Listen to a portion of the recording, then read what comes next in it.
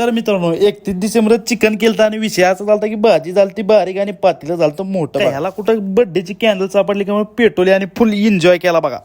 मग काय ताटात मस्त चिकन आलं तर मग सगळे आपापल्या खायच्या नादात होते बघा. पण भाजी अशी कडक झालती ना सगळं सोडा पण जेवण झालं एक स्टिंग प्यायलाच लागतं. वर्षाचा पहिला दिवस आणि मग दरवर्षीप्रमाणे आम्ही स्वामीजी आणि विठ्ठलाच्या मंदिराकडे निघालेलो बघा. तुम्हाला तुमच्या परिवारात नवीन वर्ष सुख समृद्धीचं जावं ही स्वामीचरणी प्रार्थना करतो. थोडं सिनेमॅटिक व्हिडिओ बनवलाय तेवढा बघा. आवडल्यात लाईक फॉलो करा.